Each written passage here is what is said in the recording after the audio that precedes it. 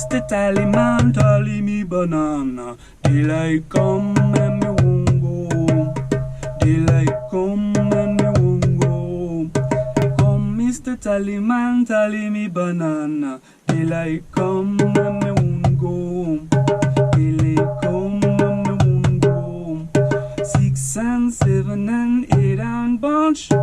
Daylight come and me won't go home. Day-o, me say day-o.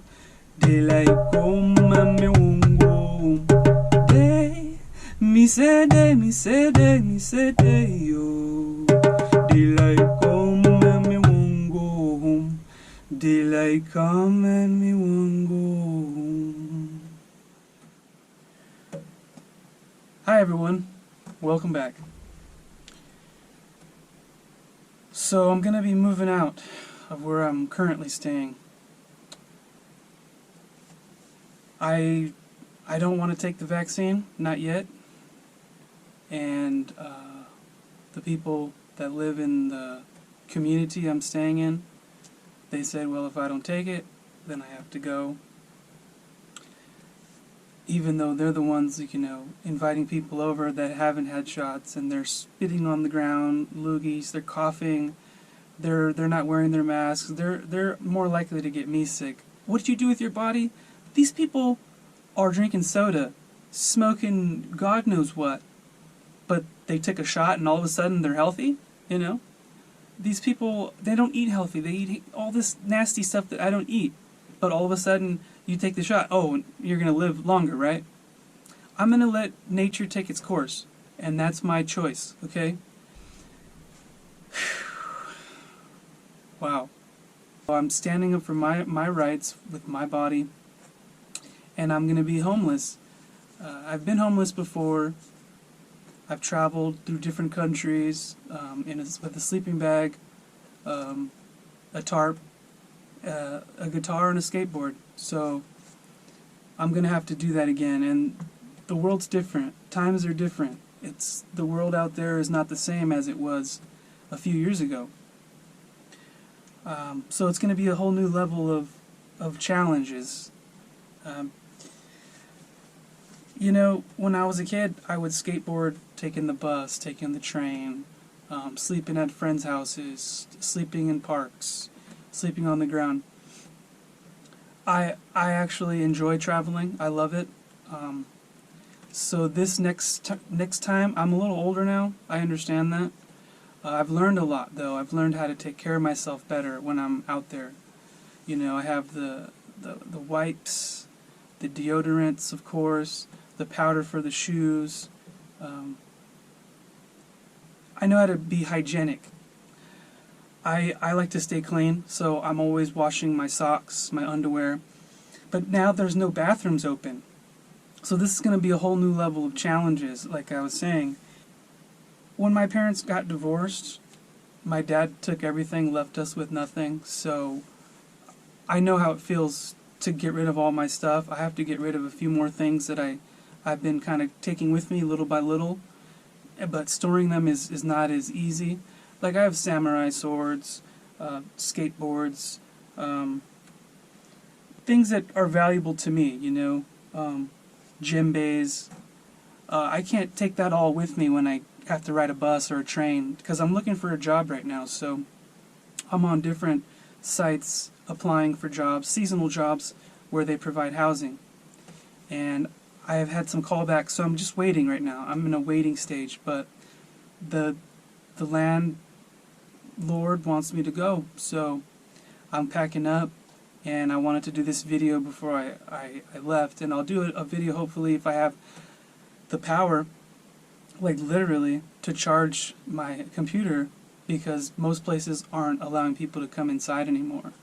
So it's going to be a whole new level of challenges, like I said. The difficulty level went up. But you know, I traveled through like so many countries. You know, Mexico, Belize, Guatemala, Honduras, Nicaragua, Costa Rica.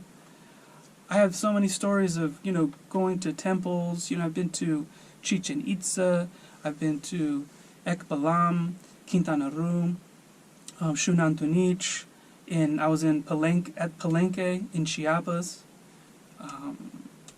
I've been in the rainforest, Hawaii, Alaska, New York. I've been across the whole country. But times have changed. Things are different now. I've had the job. I've had full-time jobs, and I've had the car, paid the insurance, went to work every day, paid rent, did that for years. Someone pulled in front of me and I totaled my BMW, and I couldn't afford to fix it. So I got me like a Honda Civic. That was cool, but people like to break into those, so just a lot of problems with cars, So I ended up getting like a soccer mom van, and I took all the seats out and I put a nice like bed on top of like my all my stuff, and I had nice like plastic drawers in it, and I did that for a few years. And I would shower at gyms. I would go to the showers at the beach, Venice Beach or Newport Beach. There's all these beaches with showers, but I don't really like to be around the other people doing that.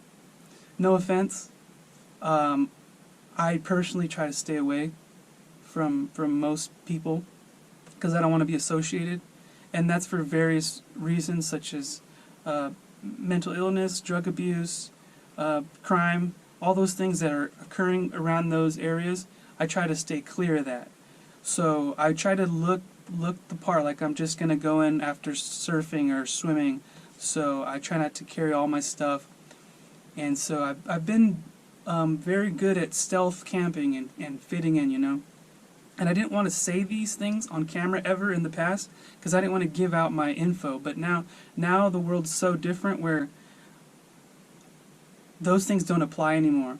So if you are in the same situation as I am, there's ways to get around it. That car basically stopped working. I couldn't afford to fix it. I lost my job, but no mental health issues. I have friends that are psychiatrists. I have friends that are doctors. They see no psychosis with me. Okay, I believe you. Move your body on time.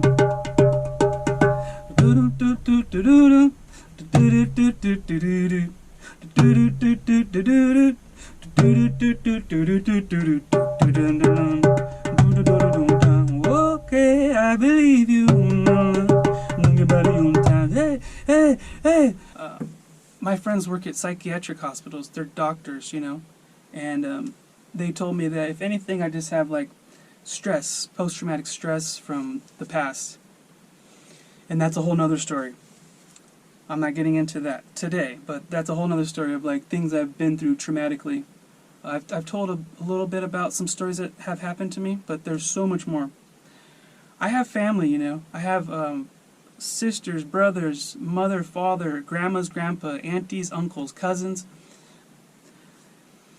What am I supposed to say, There came a point where I had to get out of that toxic environment. So I finally cut the ties with some of my family. And they think just because they make money and just because they have all this nice stuff that they value, which I respect, they believe they're better than me. And I tell them in a nice way, I'm like, I don't want what you have. I really don't. I'm not saying it's not good. I'm not saying it's not cool or it's, that you haven't earned it. I just personally don't want that. And I wouldn't work all this time to save up to get those things and have those things and keep those things. They get offended, right? Because I'm challenging their values and their beliefs. And I never try to talk anyone down and say, oh, you shouldn't do, like, I'm not that guy. I'm a free spirit. I like to travel. I like to be a minimalist. I don't like to worry about all these things because I've had a lot of things. I've had expensive guitars. I've had music equipment that was in the pawn shop and I lost everything. My guitar stolen. Things breaking. Cars towed for parking in the wrong spot in Hollywood. Things have happened to me. I'm not just making this stuff up and going, well, I don't want to work for it. Because I've had a job since I was 17 years old. Every year in my life I had a job. And when I traveled to different countries, I worked. I stayed with people I met. I helped them out with the farms or the different things that they needed. So I'm doing my part. I'm not sitting out there doing drugs and not to put any of those people down, because I'm sure some of you watching might have suffered from that, and that's what's going on right now with the homeless population in Skid Row. They're trying to kick them all out. These people are so drug afflicted and so mentally ill, they don't know what to do. They don't know where to go. They don't know how to help themselves, you know? And I'm not putting them down. All I'm saying is I wasn't that case. I was a different kind of houseless person. You know, homeless, not hopeless kind of thing. I was, you know, I'd stayed at churches. I stayed in group homes because I was homeless. That's a whole nother story too, because some of the guys were coming back from prison and I don't like to be around that. Some of the people had mental issues and they took medication and I don't want to be around that. I'm not putting them down because some of my cousins are still in prison. Some of my friends have mental illnesses. I personally like to live in a safe place where I don't have to look over my shoulder or keep one eye open or make sure no one's stealing my stuff. Like, I know how it goes. I've had roommates, you know.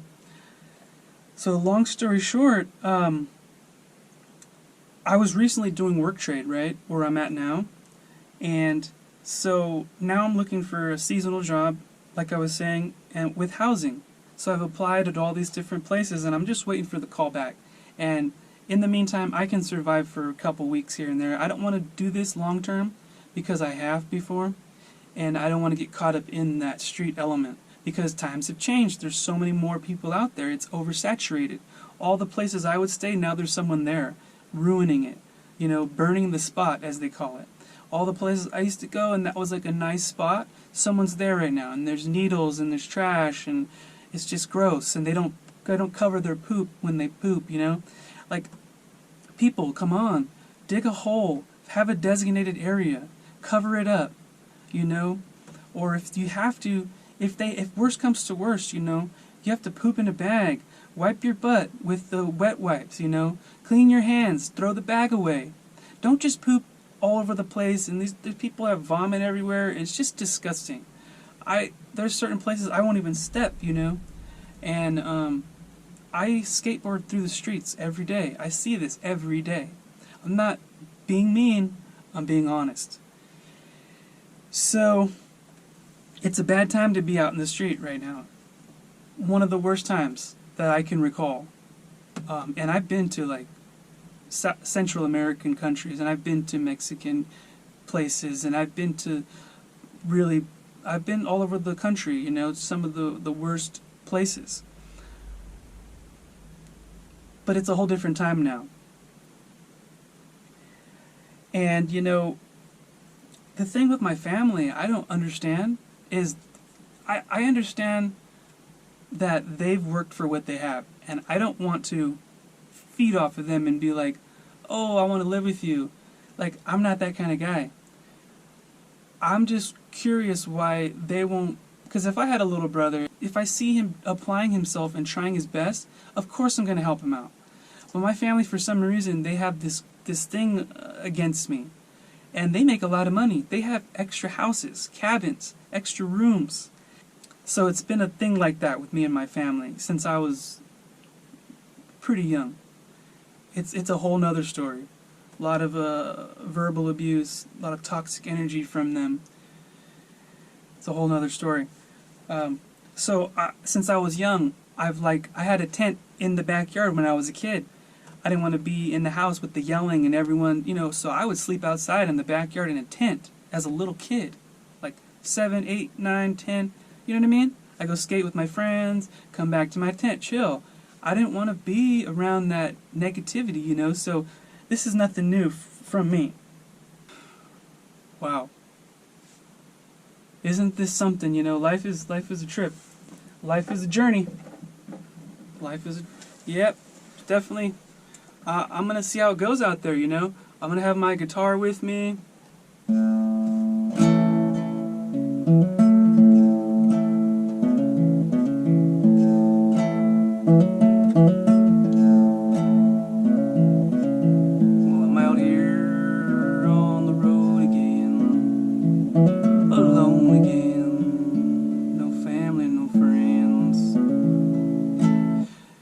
You know, it's interesting how a lot of my friends as well, I said, hey guys, I'm getting kicked out. because I won't take the jab. And a lot of my friends never responded, told me to take the jab, or said, hey man, it's not my problem. And I'm like, whoa, like, so things are getting real. I love when people reveal themselves, because that's just one less person that I have to send that energy to, you know. And I'm like, okay, now I see where they're coming from, you know. I see the true colors shining, you know. And I'm like, okay, you know, no hate. I'm not like, well, forget you guys then. I'm just like, okay, alright. But deep inside I'm like, wow, you know, I'm always the one to help people when they need it, you know. But other people, they're like, well, it's not my problem. I guess they think it's like bad luck. When something bad happens to someone, I think some way, somehow, people start to think, well, they must be having bad luck. I can't be around them, because then I might get bad luck too, you know. I met a guy, and I was like, well, I can't be around this guy because he has all these bad stories, you know. And I don't want to be that guy, you know, where people are like, man, stay away from him. He has bad stories. I have really good stories, guys, really beautiful stories, where I'm in the rainforest and there's monkeys and I'm playing music, and, you know, I'm playing the Native American flute in the Grand Canyon, and I meet some really nice, beautiful people, and all these cool adventures. Like, I have more good stories than bad. But it seems that I've found myself in a bad dream recently, and I'm gonna go out there into the world. So yeah, oh yeah, let me show you. So here's my backpack.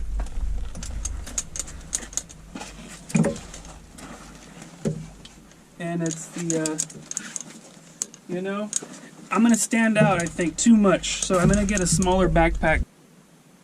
So you want to be stealth when you're in these cities. I don't want people to know I'm homeless, because then they're going to try to give me the attention I don't need. And I got this new thing I'm going to try. When these guys who are like riffraffs are trying to like talk to me and get stuff off of me and like ask me for stuff, or, you know, try to like size me up, I'm going to be like, oh, my English not so good. I just arrived yesterday from, you know, and I'll make up some country. I don't understand. No, my cousin's picking me up right now. He's on his way. He should be here in a minute, you know. I'm going to be playing some parts. Hopefully they don't know how to speak sign language. And I'm going to just be like, because I don't want to deal with these. I know these guys. I've been around them. I'm not putting them down, you guys. I'm just saying. Hopefully soon I get that job.